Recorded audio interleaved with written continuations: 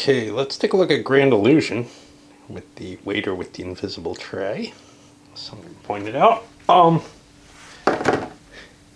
try to keep this somewhat briefer than usual, but then say Lincoln's War's 2.5 hour coverage. But unfortunately, like with Lincoln's War, I have only really just read the rules a couple of times. Set the game up, obviously. I think this is going to be easier because it's a tighter rule set. I may be able to give ideas and maybe not go into every little aspect either. It's 32 pages, which is a fairly decent size rule set to tackle for the first time. This is a Ted Racier game. I've only played one of his games that I'm aware of, which is Paths of Glory. I'm no big fan of Paths of Glory, but this one shows some signs of being far more to my liking. And obviously, I mean, Paths of Glory is, essentially a classic by this point. Racier has done a number of World War I games, and I've always been kind of intrigued, but I wanted to look at more of them. This one uses some of the same CDG concepts without having cards even, without being a CDG. Essentially, you're going to have points which you activate stuff with. But generally, it's one activation. You have a certain number of activations, and you'll be paying 1 point per activation. So more like games like Korean War, if I can find it, over there, with pulsed activations. However, unlike that, this one you can keep pushing your units. So that's a little different. It's got a little red triangles, which as soon as I read about them in the rule book, I immediately thought about another game. This stuff here from the Central Front series, which is Hypothetical, Hofgap, Beor, British Army of the Rhine, and Fifth Corps, and then a couple others down out front. North German Plain, I think they were. They came out later with different rules. But they all have this. They use them as roads. This uses them as impediments to movement, or maybe lack of roads. It's not really terribly well explained here. Unfortunately, this game, there are no designer's notes. There's a small amount of developer's notes, which feel a little bit limited, but there are, there's designer's notes embedded into the rules in places like this. And I find that kind of helpful. I like reading a whole section from the designer, but, it's just nice to see the whys of the rules. There's a small amount of errata here. Most of it clarifications to the setup here. You can probably figure it out. One of the factors that I don't think is covered in the game, all these units with orange stripes, if you're trying to figure the game out and you can't figure out what's up with them, or, hey, they got orange stripes, what does that mean? Well, those are optional units that are used there's a what-if scenario that allows you still have to stick with the Schlieffen plan. This game is about the Schlieffen plan. And Plan 17 running concurrently. There's no opportunity to really change that dramatically, but there are opportunities to bring more troops into play, maybe have additional forts, assume that Belgium was better prepared. Basically, the idea is the Schlieffen plan had been in preparation and accepted, and Plan 17 almost as long, for such a long time, for decades, that there was no way that the army was gonna switch. In fact, that may be kind of an argument against Le Grand Guerre. Although, to tell you the truth, those other plans were kicking around that are presented in Le Grand Guerre. None of them were terribly serious for the West Front. For example, the Swiss attack. No. All right. And if you watch it in progress, you can see that it's not that impressive. You also have, kind of interesting, this Battle of the Marne scenario. I haven't even looked at it. It's the first Marn, which was apparently available just to P500 subscribers. At least that's what it says. I'm not sure if I bought this from GMT. If I did, I got it from their overstock on sale, or if I bought it in the used market, in which case it might well have been a P500 sale. It certainly wasn't if I bought it directly from them. Some nice player aid cards. Some of this is actually just summations of stuff in the rules. This little chart here, it tells you how you move actually, which is kind of weird. Caps, these are your operations points in this game, or activations, or whatever you want to do, but they can be used for a number of different things, including rebuilding units. And you have different tables that you can roll on them depending on what stage of the game that you're in. You start with Joffre and Moltke, but eventually you'll move into a second Joffre and Falkenhayn. This Fortunes of War table, which is going to be rolled on every time you make an attack to see if the attack proceeds as you kind of planned it. I think that's a really cool factor. I can see a lot of people not liking that amount of luck in a game, but damn, I like the sound of it at least. And then these I think are also covered in the rolls, which will be helpful because there are a lot of little special cases to cover in this one. So let's take a look if we have a sequence of play here. Nope. And none on the board either. We do have a turn record chart, place to set up your reinforcements obviously, but all. And there's these strange markers, strange size markers for the tracks. Everything's done in a very large size here for the pieces. You know, you got big counters, lots of space in the hexes for them. Very simplistic counters if you look at them, you know. You have a combat movement value on them, which, you know, most people would be used to a much, much smaller board for this. But, you know, this is kind of nice. It gives you a feeling that you're not playing as detailed or complex a game. Yes, it has a bigger... I guess if they had made it much, much smaller and, you know, made the board this big, it would still feel kind of like a lighter game. But it's really quite a small game, just taking up a lot of space. Of course, there's something kind of nice when your eyes start to go to being able to read the counters at any distance, really. Bunch of different counters, little control markers, which are differentiated between cav control and infantry control. Victory point markers, which get assigned kind of randomly at weird times, actually. Some informational stuff. Out of supply. Sieges. These damage markers, we'll get to them in a moment. Lots of battle hex markers. Those kind of weird me out that there's so many. I can see possibilities for there being multiple battle hexes, but not anywhere near on this order of magnitude. So I may use some of those as hit markers actually, because I'm not sure there are enough of those. These blocked hex side markers, which indicate where you've moved from, and they're kind of a cute concept. A lot of some games have this kind of, hey, you can't retreat into an area that the enemy just moved through. Well, they're a little bit more restrictive here, and they use these suckers to say, hey, I moved through, the Allies moved through this hex side last, and that actually restricts access, central German movement, actually, and likewise for the other side. And we'll get to them in a little bit. We got trenches. Trenches come in after kind of the abandonment of the of the Schlieffen plan. The Allies don't start with entrenchments. The Germans will be the ones who start using them. Plan 17 victory points. Again, if you make your goals for that, you get some victory points. A lot of little play aids and markers here. Maybe more than you need, but, you know,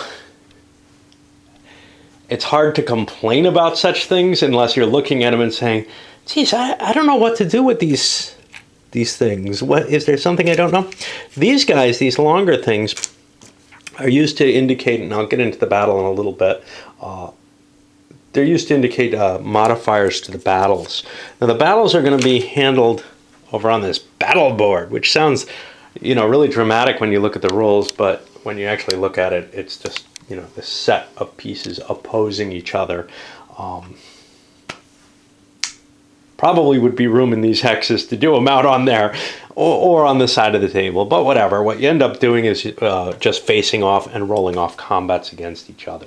And these modifiers are going to apply to the whole of the battle. On the board, you got your forts, you got some little markers to indicate who controls certain very special hexes, like Paris and Trier, which can trigger victory conditions. I think Trier is actually the automatic victory for the Allies. Paris can trigger an automatic victory for Germany. We should really call them the Entente. But I don't know, it's just the West, right? Okay.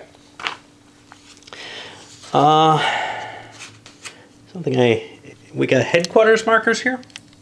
A lot of the markers are two-sided. The second side of regular units is going to be a disrupted side. It's essentially a step loss, but and you can almost treat it as such. You got headquarters units, which their flipped side is going to be kind of a used side, and you'll see on the board we actually have the used sides up there. Now, that doesn't mean they're ineffectual, but it does reduce their effectiveness. It reduces their movement point, actually. And somewhere or another, it'll be up here, you got artillery. These are the heavy artillery, the siege guns. And on the other side of them, they've got a fired marker. They're only allowed to fire once a turn. They're only used for reducing forts. The fortresses are these little hexagons. Both sides have them. And they have reduced steps, which supposedly go over here. You can go on the tray. I mean, look, the board's not going to hold every counter that you need. There's room to put hit markers here for both players who need them, but there's some limit to how much space you can put there. What is this? Battle marker placement boxes. Yeah, I think maybe that's for these. I don't know.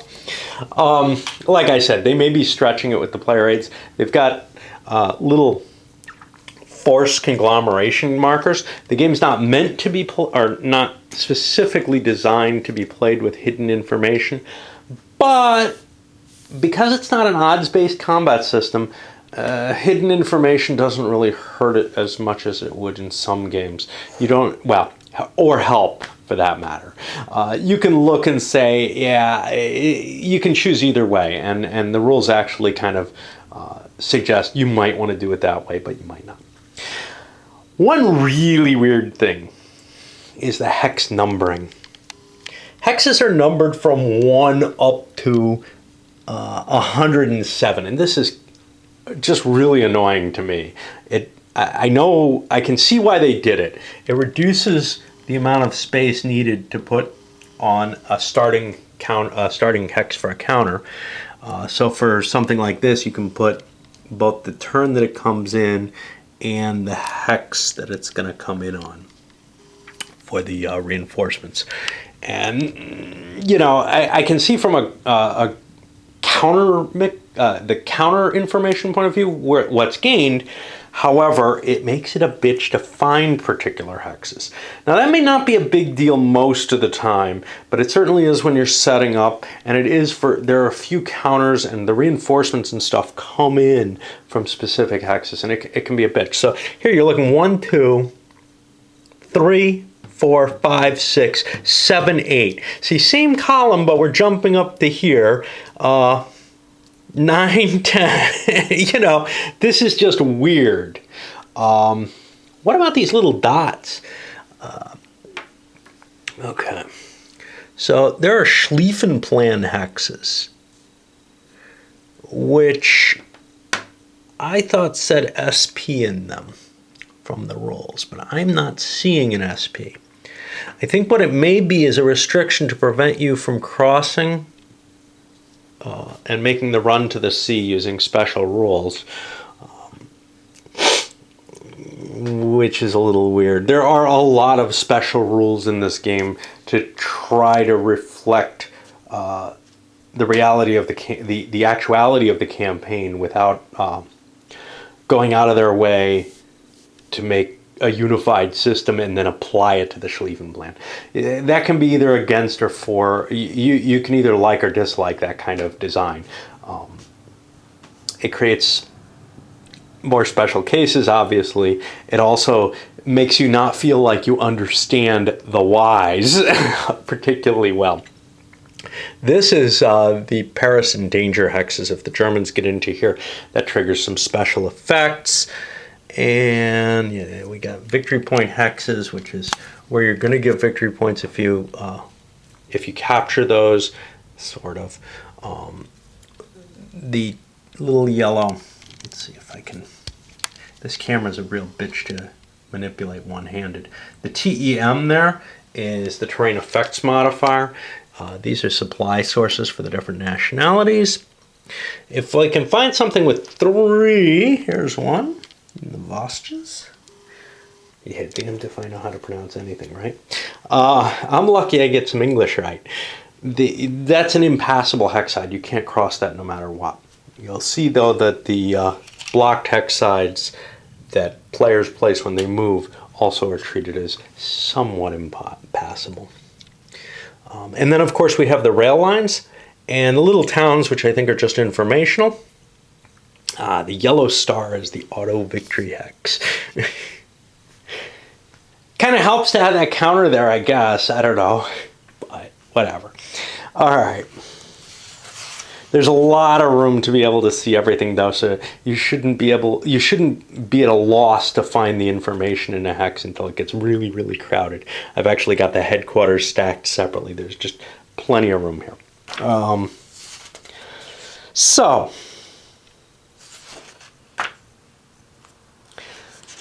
before we get to the sequence of play, let me hit victory conditions, because this is the order the game goes through things. Yeah, I take my time, don't I? No matter what.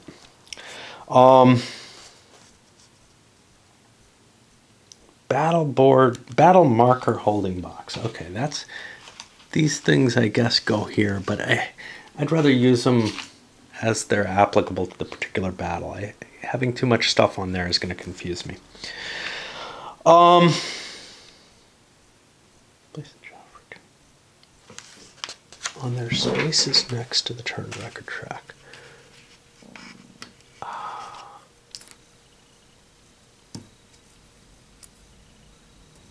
Yeah, this doesn't really help.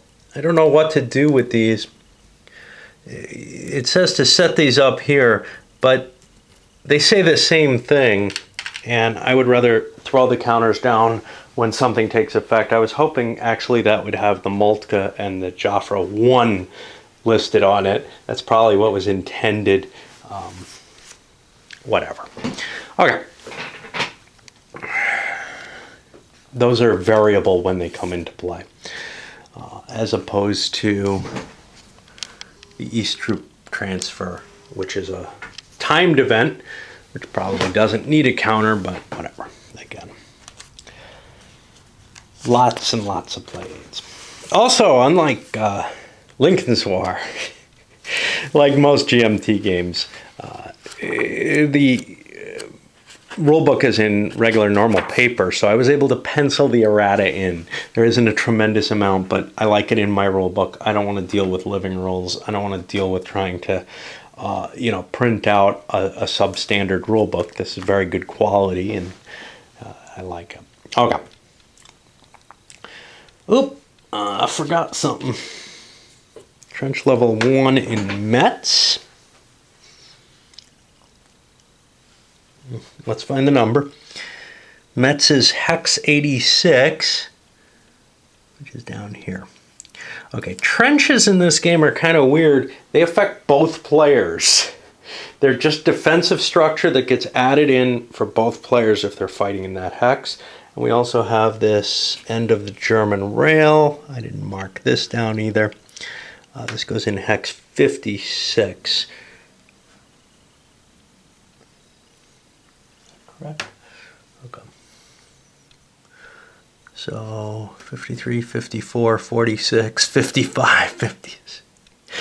And that's a situation where you have to actually extend that I think by taking Maubeuge. If you don't take that, you're not going to push the German rail line forward into France. Which seems a little weird when you look at the map and you see that there are rails cutting below it, but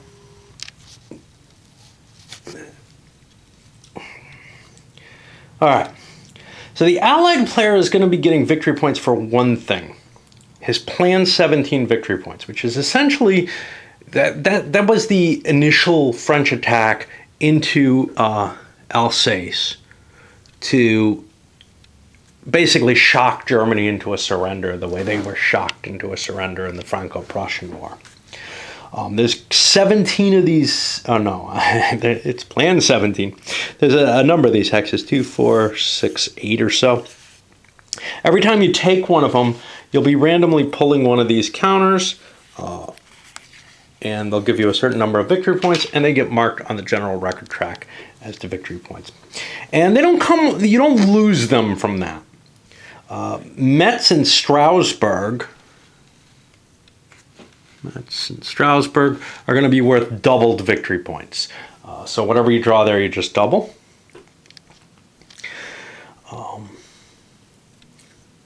You also get victory points for mandated battles in the victory point hexes for Plan 17. So if you're even just trying to succeed in Plan 17, you get some automatic victory points. Now, for the Germans, they get victory points for Paris and a whole pile of victory point cities that are marked with the VP on them. And they get double for 76 and 87.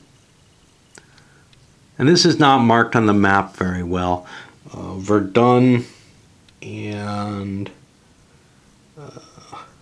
Toul Nancy, which will be down here. So, you know, until you know where they are, you end up having to look up and trying to find those numbers. And they're not that terrible to find, but they're a little hard. If you don't carry out mandated battles, you lose a victory point for each mandated battle you fail to take.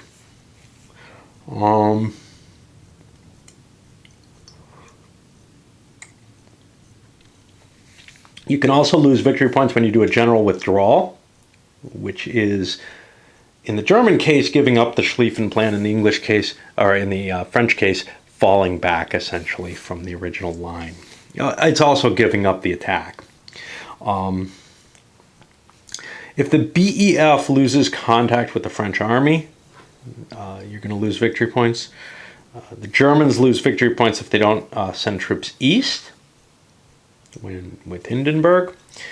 And, well, if you're playing the what-if scenario, you lose victory points by taking options, a la the Civil War Brigade series. If you watch a lot of my stuff, I've been doing a lot of them. Never play with options, though. And I won't here either. This can send you to a negative victory point total. And those are all going to be tracked. We got, my hand's not so good right now. It's somewhere here. Got the Plan 17 victory points, Plan 17 mandated battles. I'm assuming for the Germans, I think we just have German victory points. Since those aren't all, well, any victory point penalties will come off Plan 17 for the Allies, just because there's no place else to put them. If the Allies control Trier, the game is an automatic victory for them.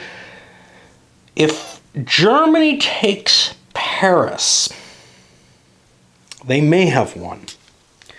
You're going to, at this point, draw the random victory point markers for the Germans, which are like the French ones, and put them in all the victory point hexes that the Germans have taken.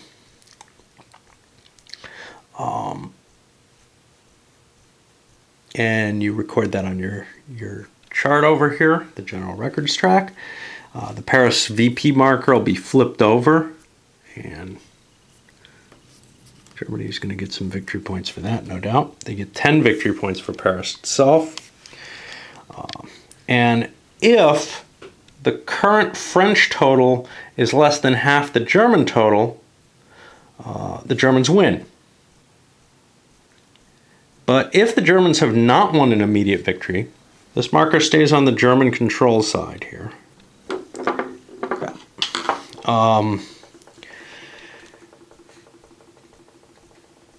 And all the non-Paris victory points are removed from the map and returned to the opaque cup, reducing the German victory point total by the value of each marker removed.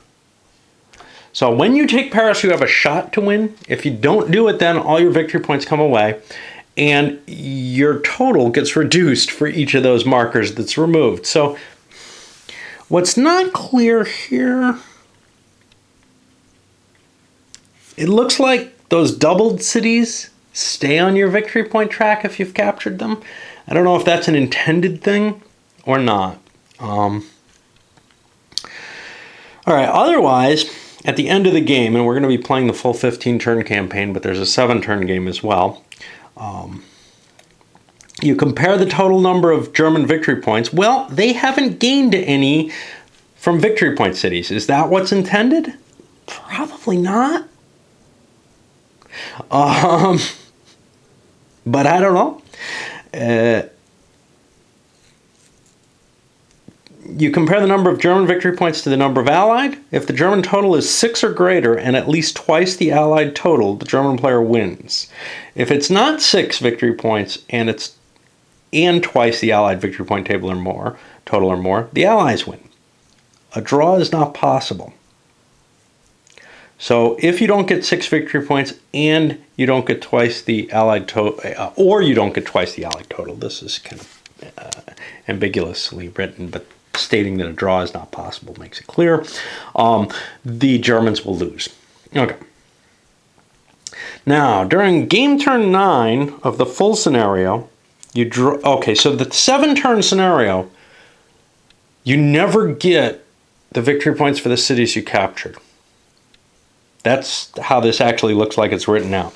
During game turn 9 of scenario 1 or 3, you draw the victory point markers randomly from the opaque cup and place them on the German victory point cities. As each one's placed and revealed, you add the victory points to the total again and adjust the victory point markers accordingly. And I'm thinking that the doubled have to go away, except that makes the 7-turn game sound like it's impossible.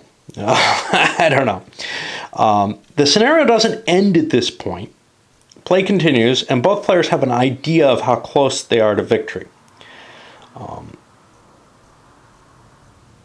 If Allies take those hexes later, the victory point marker goes back in the cup, and the Germans lose those victory points. Now, what I think actually happens, which isn't explained here, is if you capture more stuff as the Germans, you get more victory points. And on turn 7, you randomly draw all the victory point markers, but I don't know for sure. This is not terribly well handled, but you know, I'm going to say, who the hell cares about victory if you can't see on the board who's winning? You probably don't know, but then again, this is a racier game, and people who like passive glory are very much the competitive side of the field. So, yeah, missing giving that clearly is not a good idea, and this is not handled in the errata that's provided. But the rules do get better after the victory conditions. So as long as you're not worried about who's going to win the game, it looks like it's pretty solid after that. All right, let's go through this turn sequence. First thing is initiative determination. And how do you do that? Well, now, first thing's caps phase. You're going to be rolling on this table to see how many actions you get over the course of a turn. Second thing is the initiative determination. And that's based on turn, it looks like. Well, at first. The Allies have the initiative on game turn 1, which I mistook.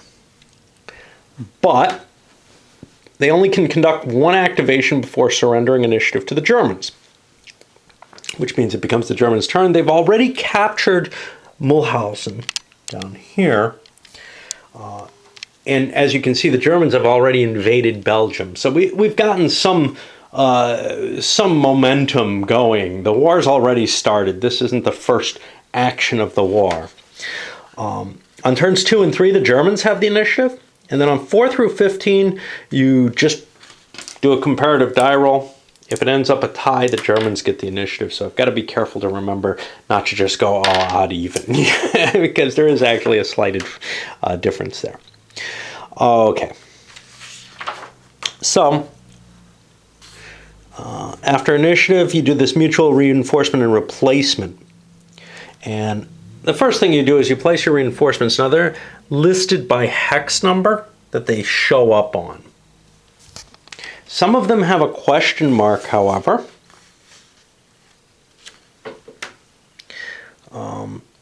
Which can be placed in any friendly supplied controlled hex containing a headquarters of that nationality.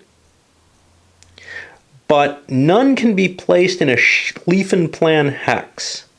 See 8.48. Maybe that'll tell me what those really are. I think they're everything north of that line.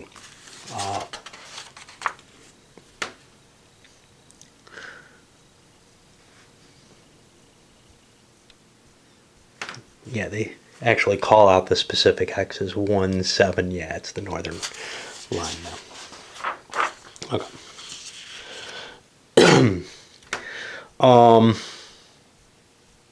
Headquarters with variable entry are placed on friendly supplied and controlled hexes that do not contain a headquarters of the same nationality.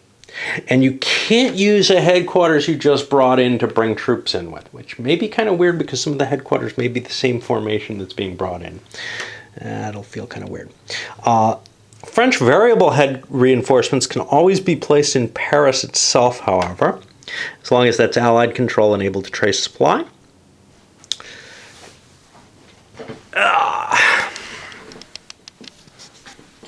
Replacements. So you can spend 2 of your action points to replace any eliminated French or German unit. Doesn't matter what size it is, and it returns to the map, I guess as a reinforcement, as a variable reinforcement. And you can spend 1 cap per unit to replace any eliminated French or German combat unit and return it to the map 2 turns later. You put it on the record track, on the turn order track. And so you can slow down, you can bring them in more slowly at a cheaper price. Headquarters, forts, heavy artillery, Belgian and Brits will not be brought in unless there's some special case, in the case of the Brits and the Belgians, that can generate replacement points. There are turns when they get some coming in.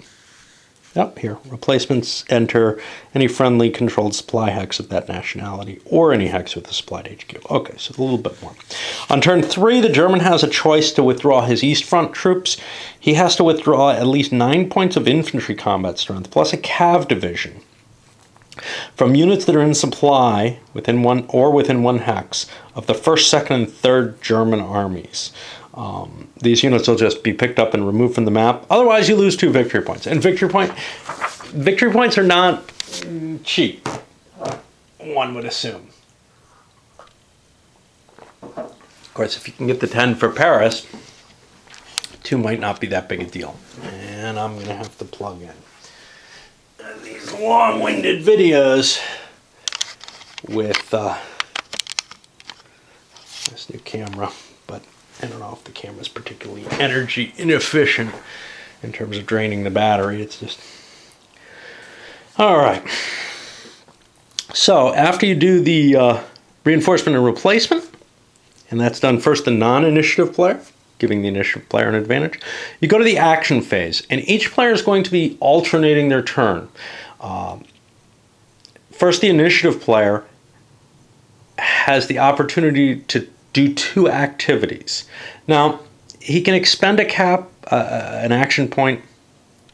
I really hate these acronyms all over GMT games. I don't know. But he can expend one of these action points to move the units a hex, or in 1 hex, and possibly cause some battles. He can spend an action point to create an entrenchment, once entrenchments are allowed. He can expend 1 to undisrupt all the units in a hex. This can cause you to lose initiative, though. Or he can pass. Now, here's the tricky part. If you do not play out both your action points and you pass on the second one or on the first one for that matter, if the next player passes without conducting any action points, the turn is over and you'll be going to a strategic movement phase. So you got to be careful to spend your 2 allotted action points if you want the game to keep running. At least that's my reading of the rules. The non-initiative player then gets his opportunity to play 1 or 2 of those. And that goes back and forth until both people pass, essentially. Then you're going to go to a strategic movement phase. We'll get into the specifics of that. Mainly it's rail movement. The Allies have some naval capability, though, as well. And then an administrative phase where, among other things, you do some record keeping as to, hey, did you do all the battles you're supposed to? You check for victory if need be. You check supply status. You do attrition. You make surrender rolls for besieged fortresses. Then anything that's supplied gets undisrupted. Trenches might improve. And then you go on to the next turn. So the meat of the game is in this action phase, and you can see kind of you've got that, oh, I take an operation, I take another operation, now you take an operation, now you take another operation. Why I say that's a little bit like a CDG, but it's just a pulsed game. So I shouldn't, you don't have that same kind of holding on to something with hard choices on it. You just have points to spend at any given point. Now,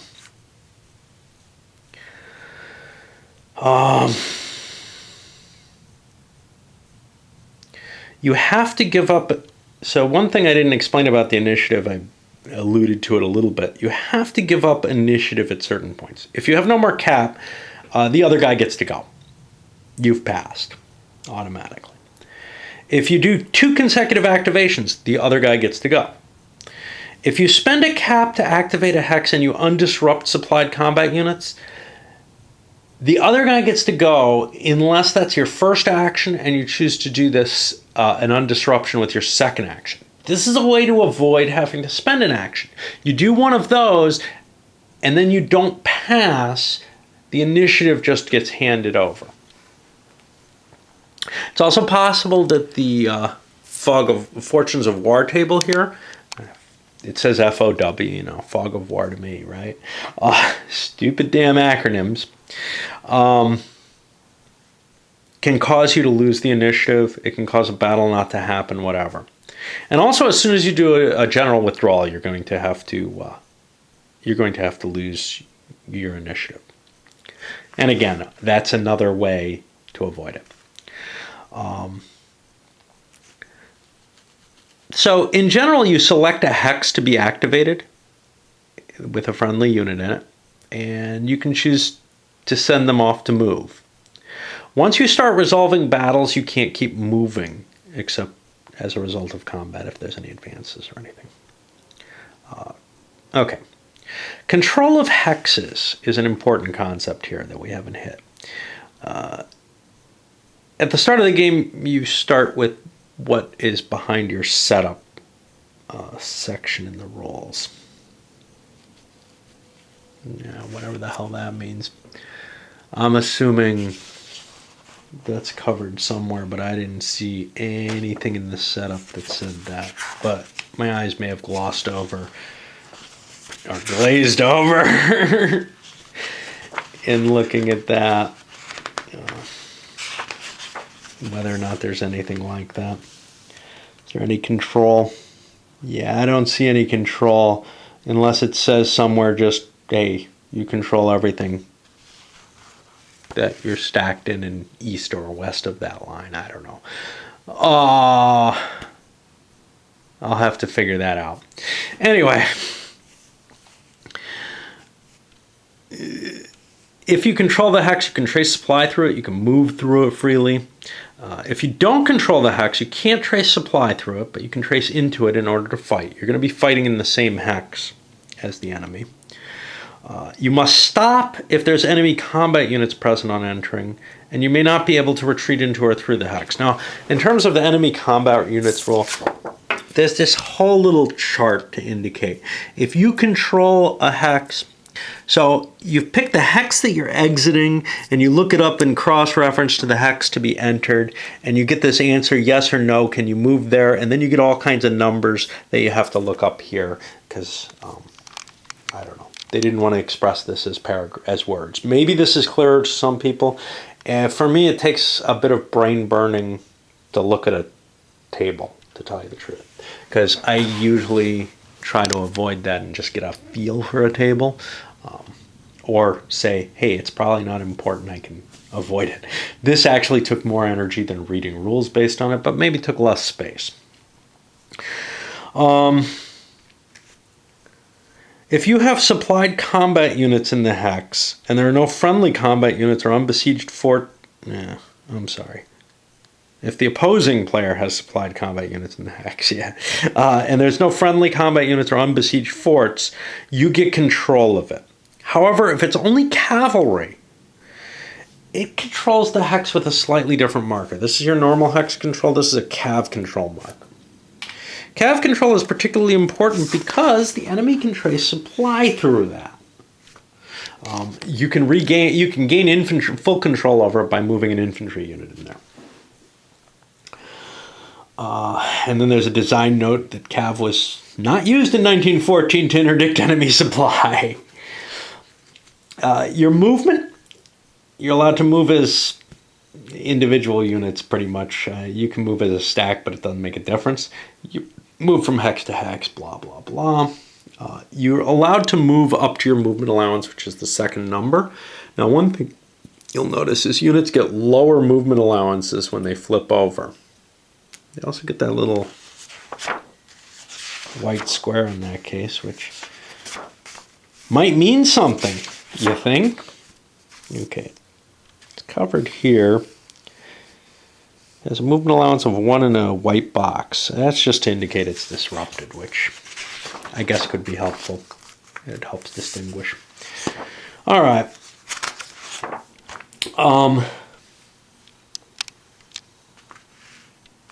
You can drop units off from a stack as you move, but remember, you can move each one individually, and there's no overruns or anything like that. You can't pick stuff up. You're activating a hex and moving out of that hex, kind of like some CDGs have that. I'm activating a space. In fact, Paths of Glory has that, I believe. And I do stuff out of that hex. Headquarters can affect movement. Disrupted and undisrupted combat units can have their movement boosted by the headquarters. They can use the headquarters movement allowance instead of their own. This will flip the headquarters over, and I think all the headquarters start this game flipped over. If we look here, we can see that's not going to be a tremendous bonus for, for cav, but for infantry it is, to have that extra movement.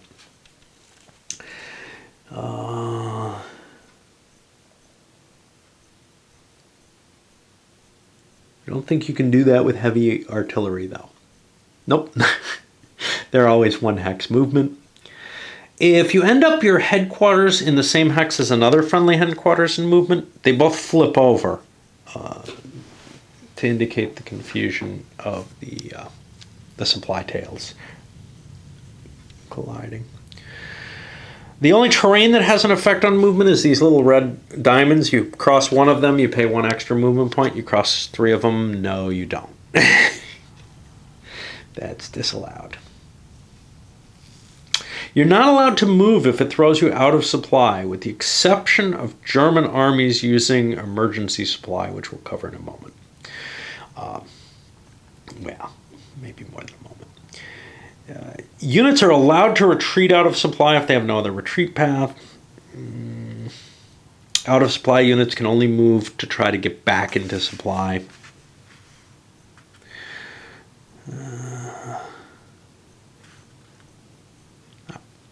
So yeah, we want to look at this chart a little bit more carefully because it's going to show some stuff. So basically, if you're moving from a friendly hex, you can move into anything. But if you move into a hex that's contested, that the enemy has units in, or an occupied enemy hex, or an enemy-controlled occupied hex, whatever, enemy-controlled and contested. Basically, if you move into a hex where the enemy has units, you have to stop movement. That's what the 2 says. If you move into a hex with enemy units, you are going to have to fight, perhaps, unless there are friendly units there. If you're moving from a friendly controlled hex that has enemy units in it, you're allowed to leave, and it looks like you follow the same rules as leaving a friendly controlled uncontested hex. Wait, there's a little 5 here. Friendly controlled hex is uncontested, even if besieged enemy forts. Yeah, so if you besiege an enemy fort, it doesn't count towards contesting the hex. It's only troops that do. If you're leaving an enemy controlled contested hex, now you're not going to be in an enemy controlled uncontested hex because you will have converted it to your control. Then again, you can move as long as you're not going into another enemy-occupied hex that's also enemy-controlled. If you move into an enemy-occupied hex that is friendly-controlled, you end up stopping. And if you move into an enemy-controlled, uncontested, vacant hex, you're allowed to keep moving, and you convert the hex. And that's what the note 4 is there. Anyway. I'd have an easier time with that textually than with the chart, but it's not bad either way, I don't think. So let's keep going. When an activated force, or unit or whatever, exits a friendly controlled hex and enters an adjacent hex containing enemy units, the hex side through which they entered is blocked to enemy units. So, if my Germans, well, marched into here for some reason, there would be a blocked hex side placed there to indicate that the French can't march up that way. But those markers disappear if you wish to get rid of them. You can say, yeah, I'll let them go that way. I don't know why you'd want to do that, but if no friendly combat units are in the hex you just entered, or if the enemy player gains control of that adjacent hex. And that's not quite what I remembered them for. There's a stacking limitation in this game, 8 core for the most part, for each side. With divisions and brigades counting as half core. There's a core that's a reduced core that comes in from the reinforcements that counts also as a half unit. It looks like a core. I'll probably forget when I get to it. Headquarters, you can have as many as you like in a hex, but remember there's a penalty. They flip over when they move together. When one moves in there, it flips all the headquarters. Forts don't count. You're allowed to move or retreat in violation of stacking. You just can't stop there. Allied units can operate together, but they don't benefit from a headquarters movement bonus if the headquarters is a different nationality. However, the Vosges Mountains, and we have 102 and 103, and they have a little note on them. They have a more limited stacking of 3 infantry corps plus basically a 3.5 stacking limit.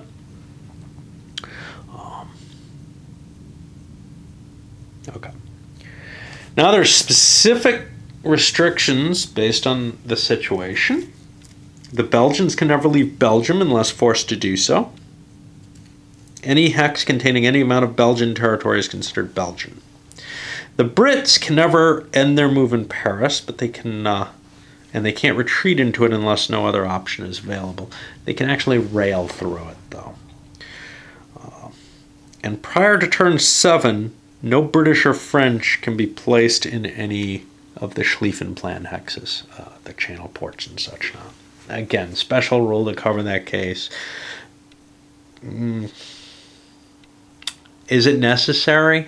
I'm not so sure, but probably, because the outflanking potential if the Germans pushed towards Paris directly would be impossible. Now, I've seen an argument in Der Weltkrieg. I've seen someone argue, hey, this game actually makes you not do that. I call bullshit on that. Yes, the troop numbers are limited, but there's still advantages and disadvantages to trying to anchor your line against the water at an early stage in the game, and I can see reasons to do it either way. The Germans sure the hell don't want to, and the problem is the Allies might have trouble holding the line if they let the Germans there, but you do have to worry about supply issues still, and those troops up there could cut you off, they could get cut off, you could create a completely different campaign if you stretch out there, and here they just disallowed it. Okay, starting on turn 3, if the Germans enter the Paris in danger region, that's going to bring some Paris in danger replacements or reinforcements. First of all, the Allies have to declare a general withdrawal on that turn or the following game turn, if they haven't done it before. The French Alsace headquarters, I don't know which one that is, gets removed from the game. Maybe there's one that's called Alsace. I don't know, they don't seem to have any designation on them. Oh, there it is. Yeah, the designation's in the little square. That comes off out of play. You remove the 2 Allied units from the map sheet Paris in danger box and place them a game turn ahead on the TRT. So these reinforcements will come in. Now, elsewhere it says that there's 4 of them or something like that. I don't know where. There just seem to be 2. And that's all I can figure.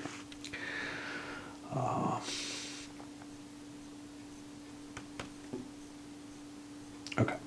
If you activate a hex, you're not allowed to move friendly combat units that are already designated to participate in a declared battle. Well, battles happen at the end of each activation, so I don't know how that could happen. I almost feel like this is probably mistaken draws from, an earlier design of the game. I'm not sure. HA, the heavy artillery units in a hex when an activation occurs that are already designated to bombard in a declared battle cannot. Well, battles are, again, declared on an activation. So when you activate a hex, it's not per initiative, it's per activation. So again, it feels wrong. It feels like this rule is just garbage here, and I'm going to throw it out in my head because it doesn't seem to mean anything.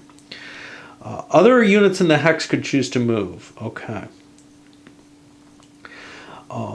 If you move into a non-activated hex prior to resolving a battle in the battle hex, declaring battle in these hexes may be mandatory or optional based on the movement chart. Okay, how does this work when it's spelled out? If you activate a hex and move into another hex and there's enemy units there, if there are no friendly units, you must attack with all your moving units. If there are already friendly units there, you have the option to attack, but if you choose to take it, you're only attacking with the moving units. All right. We'll get to battle in a little bit, but the general withdrawal. Once per game, each player has an option to declare a general withdrawal. It cannot be declared on the first 2 game turns. It's declared at the start of an initiative or non-initiative action segment of any one. You can declare it on your opponent's segment. The Allied player has to declare it before the German player can. Once the Allied has conducted one, the German player is free to declare his on the following game turn or any game turn thereafter. It doesn't cost you any caps, but once it's completed, you have to surrender the initiative. This has specific effects. For the Allies, you switch to the Joffre 2 marker up here, and then you'll be rolling on that table for the rest of the game. All French and British units are allowed to move using their normal movement abilities, including any headquarters. They're all activated 1 hex at a time. They can only enter friendly controlled hexes which are uncontested, no enemy units or unbesieged enemy forts, and each unit is only allowed to move once during the whole procedure. So you kind of have to mark that in some way. But you're not going to be attacking. When you do as many as you like, you surrender the initiative and the German player gets his action segment. If you have any unexecuted mandated battles, they're canceled and you will not pay a penalty for that. However, this does cost you 3 victory points if declared and executed on game turn 3.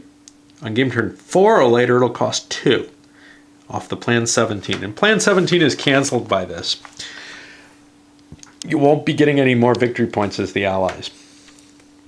Now, for the Germans, when they declare a withdrawal, the Falkenhayn marker is put 1 turn ahead on the game turn record track, and then you'll be rolling on the Falkenhayn table for caps on that game turn. Why you have to put it 1 game turn ahead, I don't know.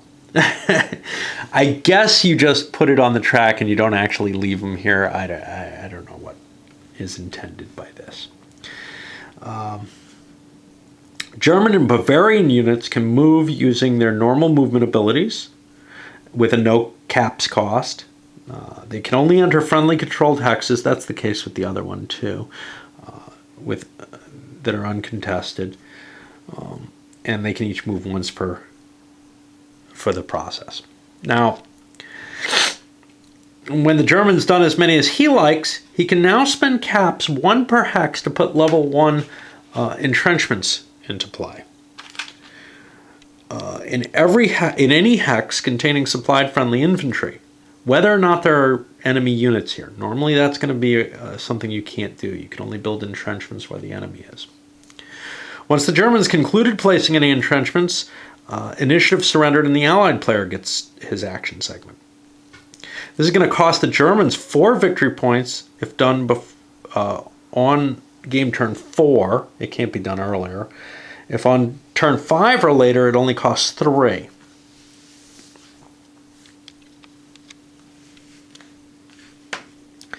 All right, actual battles. So the first thing about battles is this idea of mandated battles. Players are going to have mandated battles either through the scenario instructions or off the Fog of War table, and I'm damn well going to call it that as long as they use FOW as the acronym. All right. Now, there's restrictions to, if you get them off the FOW table, you will not get more than you can pay for. You will be capable of doing every mandated battle that you achieve from there. If you're down to 0 caps left and you roll on there, you don't get a mandated battle. Or if you already have mandated battles built up, you won't get more than you have caps total. If you fail to do these mandated battles, you'll be getting a negative victory point total in each turn that you fail to meet them. To count as a mandated battle, you need to at least send 4 infantry corps attacking 2 or more enemy infantry corps and or forts. If for some reason the battle doesn't happen from the Fog of War, that doesn't count against your restrictions. You spent caps and did something, and you didn't get the battle that you were supposed to. So you're still going to be, High Command's still going to demand a battle from you. So you could get a penalty off the Fog of War table that way. Now you're allowed to, I already talked about how you are allowed to declare battles. You can also just point to a hex that you share with the enemy and spend an activation and attack in that hex as well.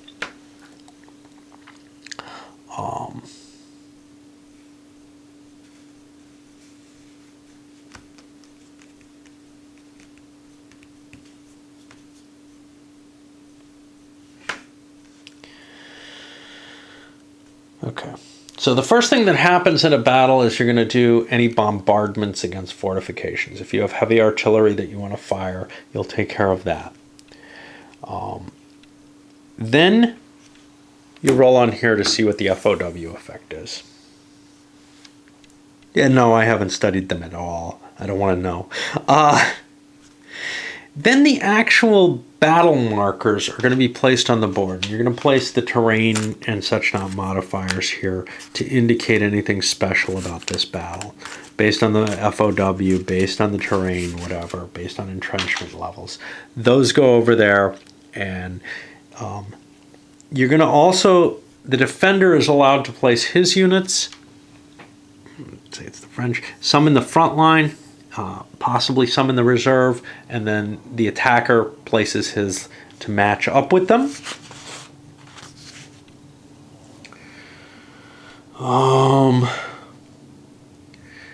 In particular, the defender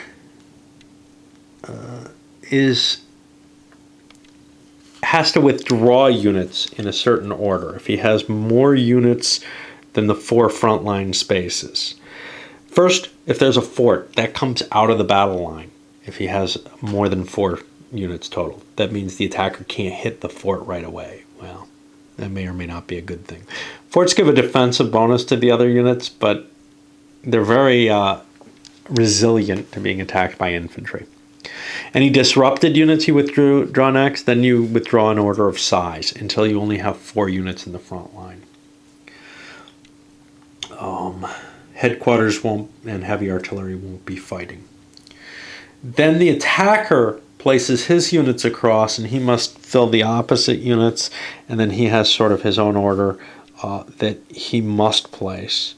So first he puts on disrupted corps, then divisions, then brigades, then cav divisions, then disrupted units. There is a difference on that, though. The attacker, under certain types of an offensive to the limit, which I believe is part of the Plan 17 only, can cause you to have to put your disrupted units first in the line. Now that actually gets you more firepower. We'll see why in a moment. Cav can't be put directly across from forts. So the attacking player can choose to leave disrupted units on the map in the battle hex. He doesn't have to bring them into the battle. Now, what about the reserve placement?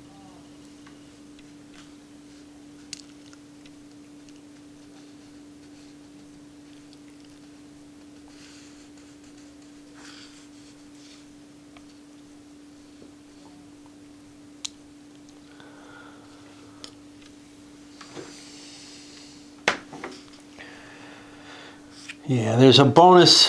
There's terrain bonuses and such. One of the bonuses is concentric attacks. If your hex is surrounded by adjacent controlled hexes containing friendly units, or a friendly blocked hex side also counts as one of these. If you have, I think, 3 or more of them, you're going to get a +1. Actually, a -1 die roll modifier, a bonus in your favor.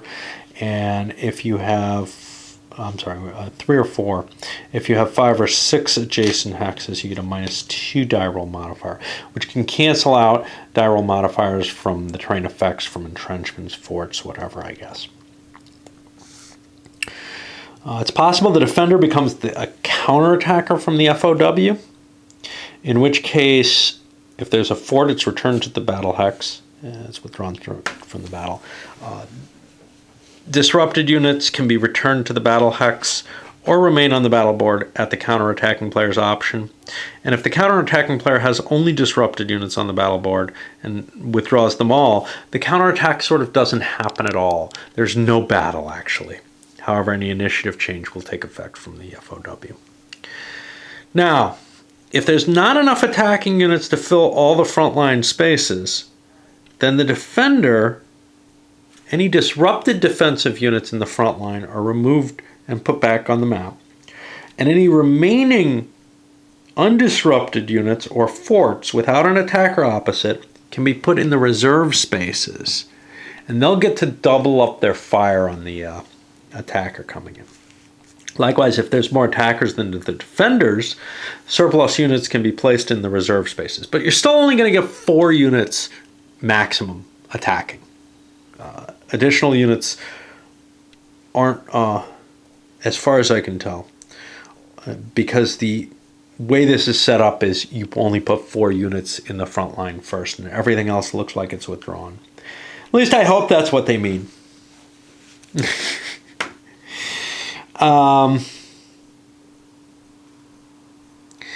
units have certain restrictions as to whether or not they can be put in the reserve. Basically, they can't be in the reserve against infantry, which is kind of weird, but I guess a World War I special idea that you wouldn't use Cav to try to take advantage of a breakthrough or something. I don't know. I got no idea. You certainly would on the East Front. If a front line defending Cav unit's directly in front of a unit in a reserve space, it's allowed to withdraw, and then it's allowed to withdraw from infantry. So defending Cav is allowed to withdraw from infantry if it's in the front line, and then that just moves whatever's in the reserve forward if it's there. Kind of a weird situation, but you're allowed to kind of screen the infantry on the battle table. Then you each roll a die. No, the attacker rolls a die, and he marks all his modifiers. You each roll a die. So it's going to be a simultaneous firing, and your goal is to roll equal or less than the attacking unit's combat factor. And you can see those are definitely capable of being rolled over. And if you succeed, you get a little hit marker, which you put on the guy across from you.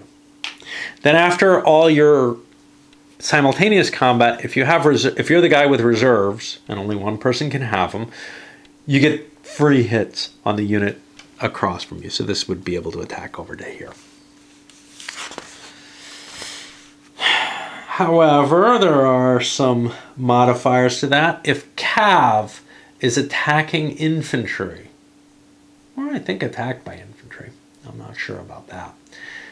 I'm assuming Cav will run away if it's being attacked by infantry. If Cav is attacking infantry, though, the infantry gets a first fire on the Cav, and then both the infantry and the Cav shoot each other. So it's possible you could wipe the Cav out, because each unit has essentially 2 steps. If it takes 2 hits, it will be destroyed.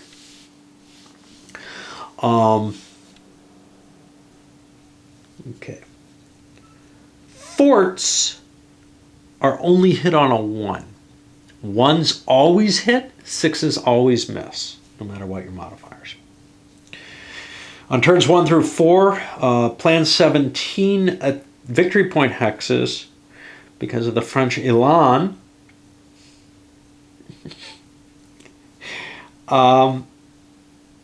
actually provide the defender with a negative DRM equal to the terrain effect in the hex. So if you're attacking in the mountains, which I think these victory point hexes are all, you're going to see a modifier from that terrain. These guys have +1 modifier. Well, that means they have a -1. That means the attacker has a +1 to attack in there, but the defender has a -1 on his defensive roll. So you're going to see more casualties to the frogs. And if you fail to do any step losses to an attacking stack in that that meets those qualifications, they automatically take a step loss at the conclusion of the battle. After all combats in the current battle have been resolved, all the surviving units return to the hex, and they maintain their status. So you get 1 round of combat rolling the dice against each other.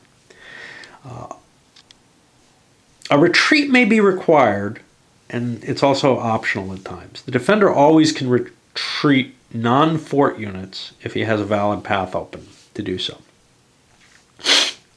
You must retreat all your units, though, if you're going to do so. They can be retreated in different directions.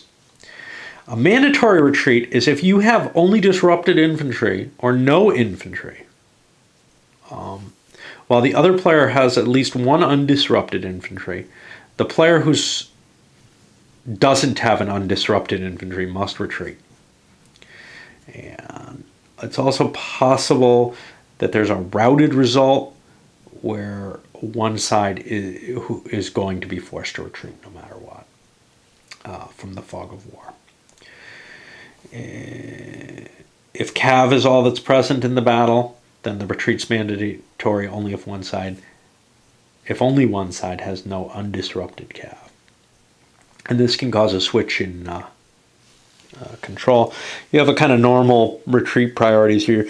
You must retreat into a friendly controlled hex free of units first.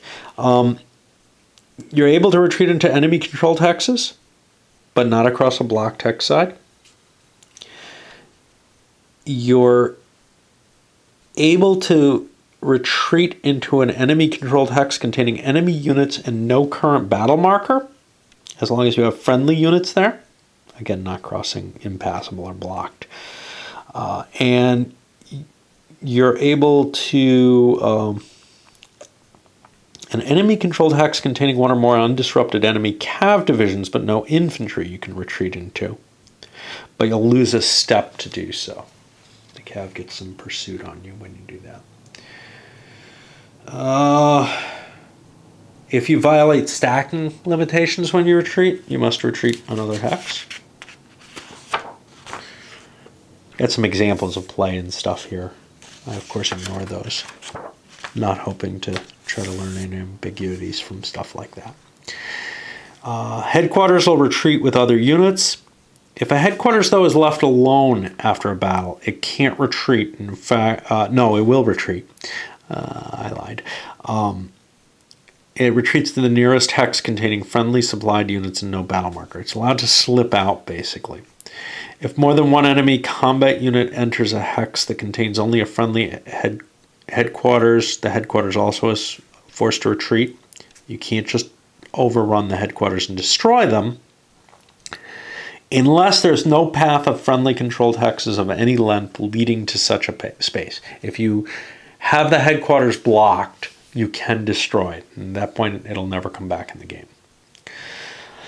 The retreat to the sea. The Allies were not faced with a Dunkirk situation in 14, but maybe they could have gotten cut off in some of the channel forts there. For each retreating Allied unit, yes, if you are forced to retreat and you have nowhere to go but the sea, you roll on this little table and see what happens. You might get the unit come back several turns later, or it could just be destroyed. And there's modifiers based on nationality. Forts. You can't attack with forts. I'm not talking about moving. Remember, you can both sit in the same hex at the same time. You can't use the forts on an attack. They won't be disrupted. They take step losses. They take them largely probably from heavy artillery. But they also can take them if they're attacked by infantry on a roll of a 1. And they get to fire back defensively using a fairly high combat factor. That's a weak fort. They also have a modifier on them, which if it's +2 or +3, it can indicate a particularly large garrison. And also the 2 forts in Metz over here are considered to be large garrison forts. So Allied forts with a +2 or greater terrain modifier, I think.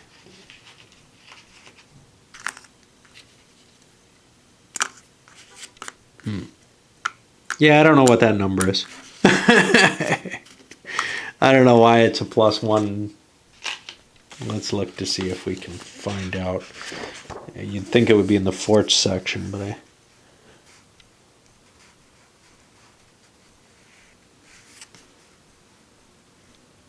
bombardment defense. Okay. Seemed a little extreme as a terrain. So forts have a terrain modification, but it's just 1 point. Let's keep looking.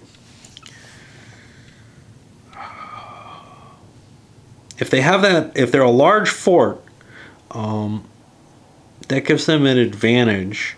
They surrender less likely, and it requires a full infantry corps to besiege them. And these are both siege rules, basically. So at the end of the battle, if you have driven all the enemy units out of the hex, the defender has nothing in the hex but forts. You're allowed to lay siege to them if you have an infantry unit, a corps if it's a large garrison. You put one of these little siege markers in the hex, and the allies have them too. And you'll just be rolling on that at the end of every attrition phase, at the end of the turn. Unless the fort gets eliminated or you get chased out of that hex. If you get chased out of the hex, well, the fort's no longer under siege. And that's a roll of 1 or 2 to surrender the fort, unless it's a large garrison, in which case a 1. The heavy artillery, there's 2 German ones, and the options add a French one, I think. These don't count for stacking. You can't use them against combat units, only against fortresses. If they're alone in a hex, they get destroyed and cannot be replaced. They do retreat. Their movement's only 1. And they can't use strategic movement, but they do move normally during general withdrawal. The way you use them is you're allowed to use them once per turn in a battle against a fortress. You'll flip them to the reverse side, and at the beginning of the game, they've already done their job here. I guess the Liege Fortress. And let's see. And you roll a die. If you roll less than or equal to their combat factor, the fort loses a step. They have a modifier to that die roll, though, of the plus on the fortress marker. Let's see what these guys are. They've got to be big numbers. 4 and 5. So, yeah, they got a chance against even the biggest fortresses of knocking them out.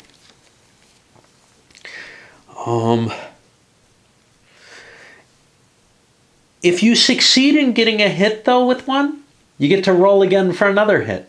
And again, and again. You can only fire at 1 fortress, though, per gun.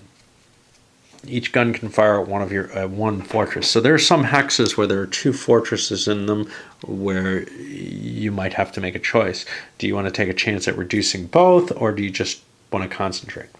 There's an advantage to concentrating fire, which is if both of the units are firing on the same fort at the same time, then if they don't fully eliminate all allied forts in the hex, then whatever fort they're concentrating on takes an additional hit if it's still there.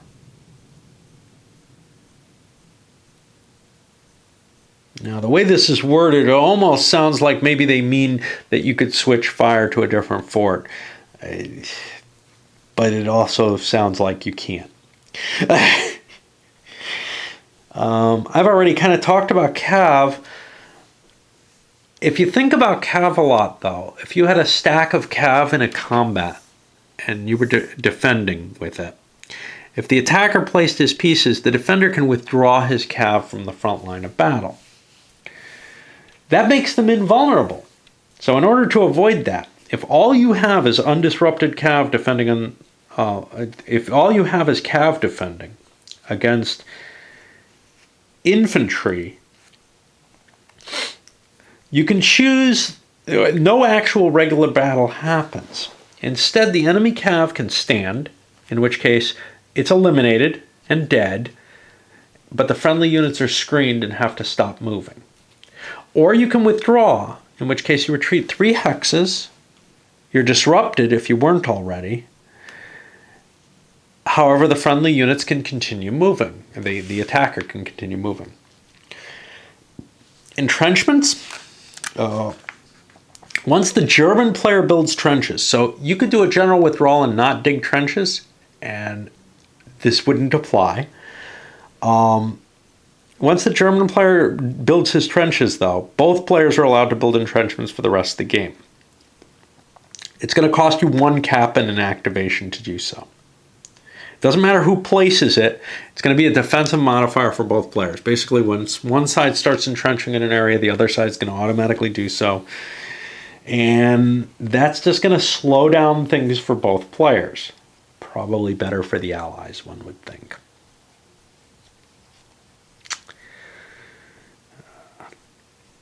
Flipped units are disrupted. You can undisrupt. They have a movement allowance of 1. We've mainly covered most of this. You can undisrupt them either by spending a cap and perhaps passing the initiative if you don't want to undisrupt another stack.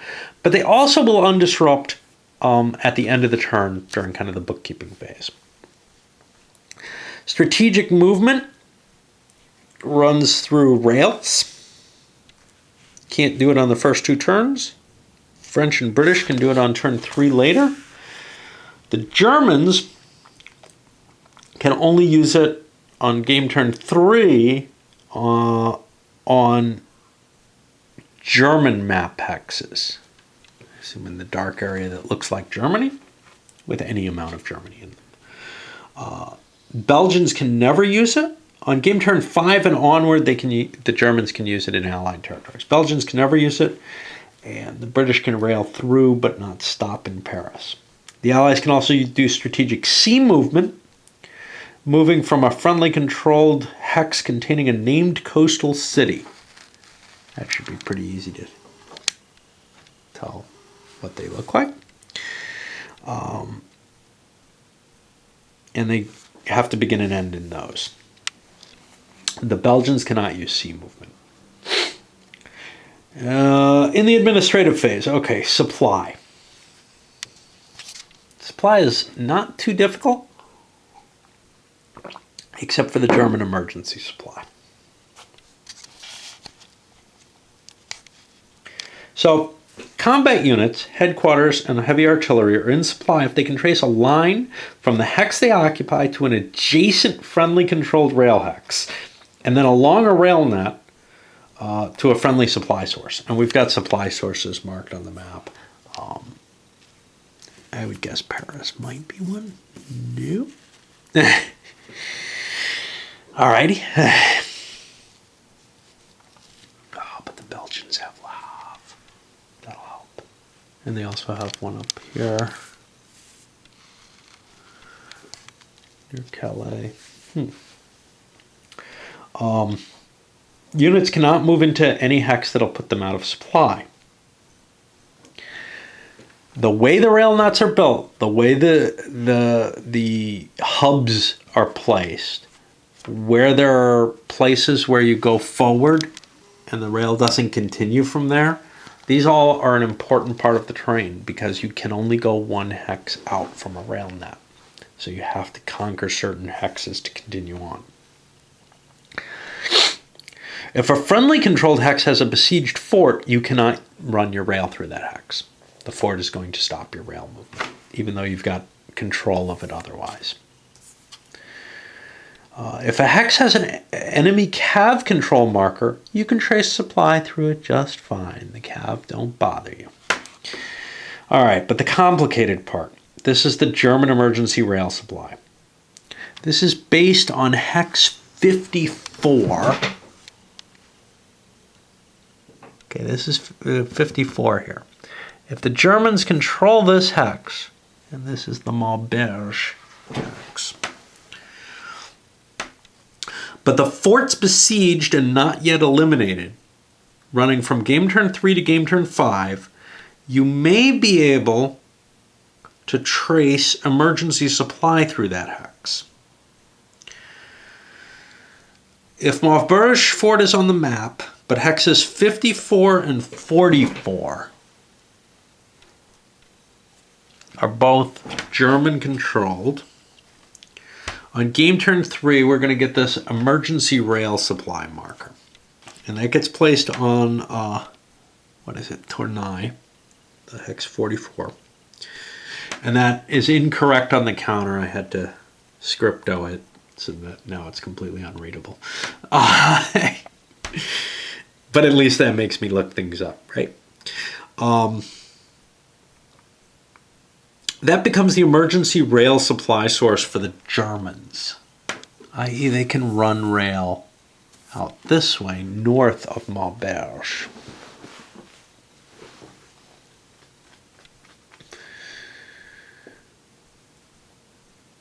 Now note, this rail, Tournai, is not going to get you back. You have to go through Mons, which is why Maubeuge is important here.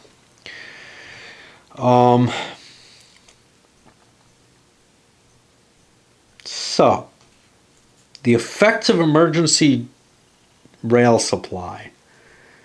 You're allowed to move normally. You can move Allied-controlled hexes as long as you can trace back. But headquarters tracing to the emergency supply must be flipped to their reverse side during attrition check, unless they're already on it. They will not unflip until they get regular supply. Undisrupted combat units suffer no adverse effects. However, disrupted combat units do not recover either by tracing to that. You can still spend your action points, though, to undisrupt stacks of units as long as they're in supply. Now, if you take Maubeuge, if you destroy the fort, you eliminate that emergency rail supply, and now you're on normal supply, and you should be able to trace it if you were in emergency rail supply. So, as long as something weird hasn't happened. On game turn 5, though, if you haven't cleared that fort, the marker goes away anyway, and this could screw the Germans royally if they haven't established a rail net. At the start of the game, there's this end of German rail net here. On Hex 56 meals, yeah. This marker comes into effect only after the Belgian Namur fort unit has been eliminated. Wow. That's here.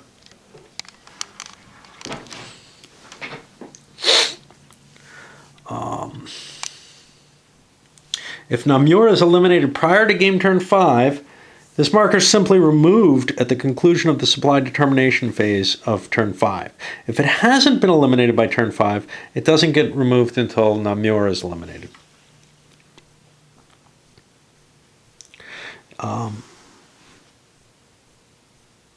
This prevents the Germans from using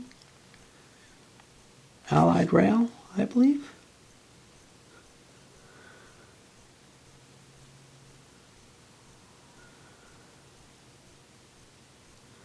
This prevents them from using the rail here. So they can still use rails that they cut through here. Okay.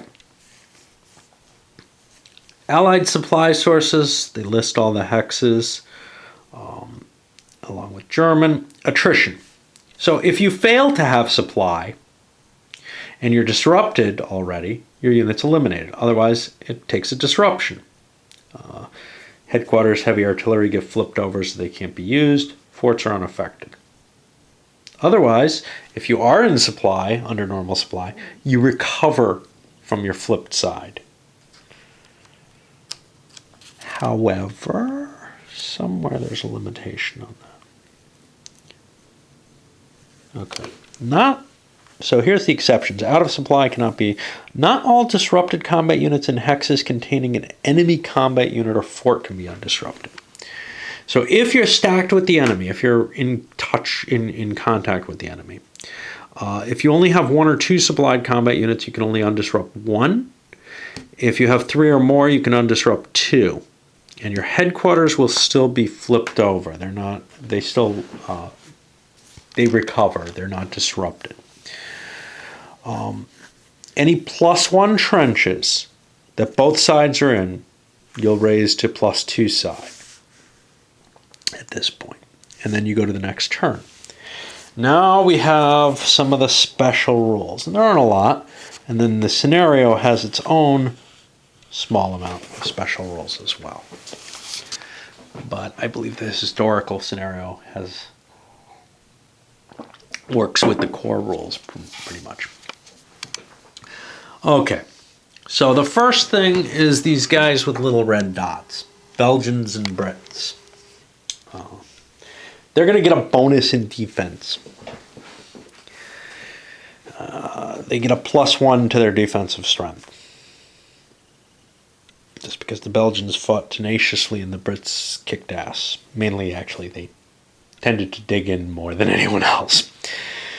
The Royal Naval and 7th British Divisions have the option of going on a coastal hex. They must trace supply normally. They can take... the Royal Navy can take supply out of Antwerp. There's a British up there. That's just the RN indicates it's just the Royal Navy. Yeah, this is taking forever too.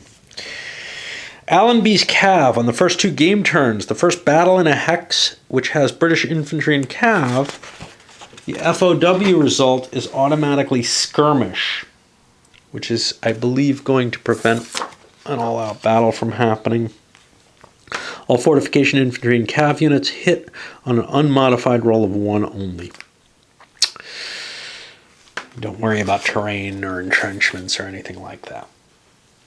Antwerp. This is...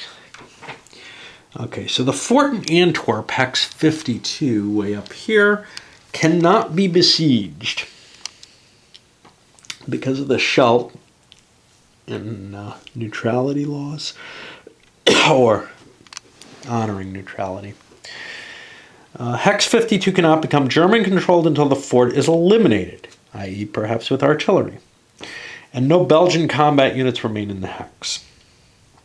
Until game turn 7, if the German player keeps 2 infantry corps in hexes 53 or 62, that's these 2, the Belgians must remain in hex 52 unless the Germans declare a battle there. And they cannot be activated. If the German keeps less than 2 infantry corps there, the Allies are free to activate that hex and use the Belgian army. If the German has bottled up the Belgian army in Antwerp, no unit of the German army can enter Hex 43, Ghent, up here,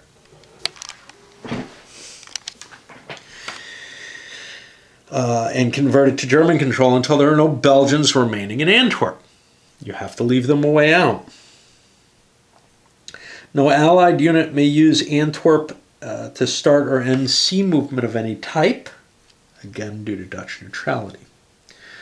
Okay, now special rules for Namur.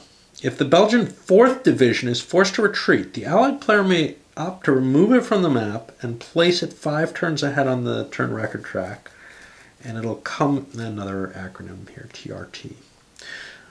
It may re-enter the map at full strength by being placed on any friendly controlled coastal hex that is a Belgian supply source. Of course, go all the way back to here.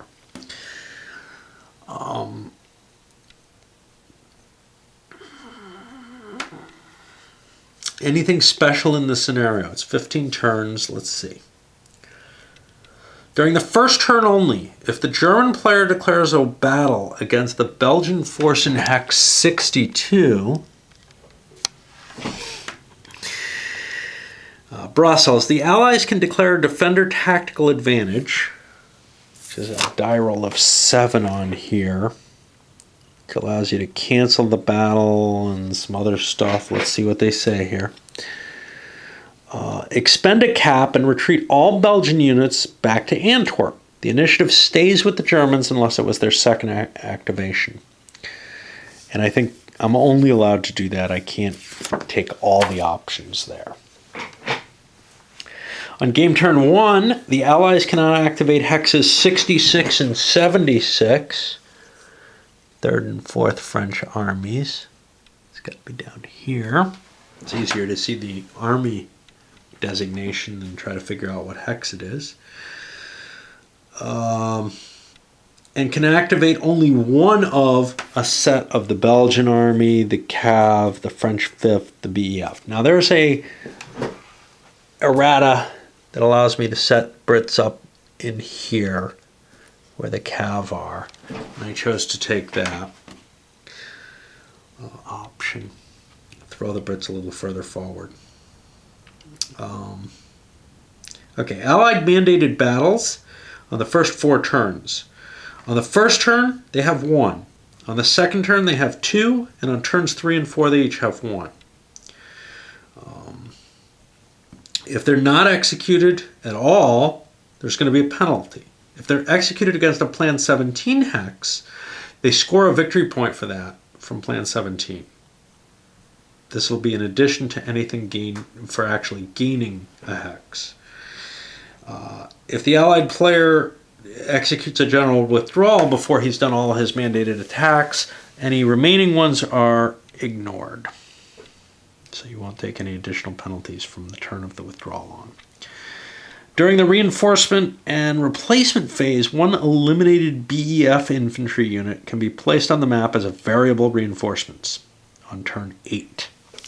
We have these special reinforcements coming in on various turns. I'm not going to worry too much about them.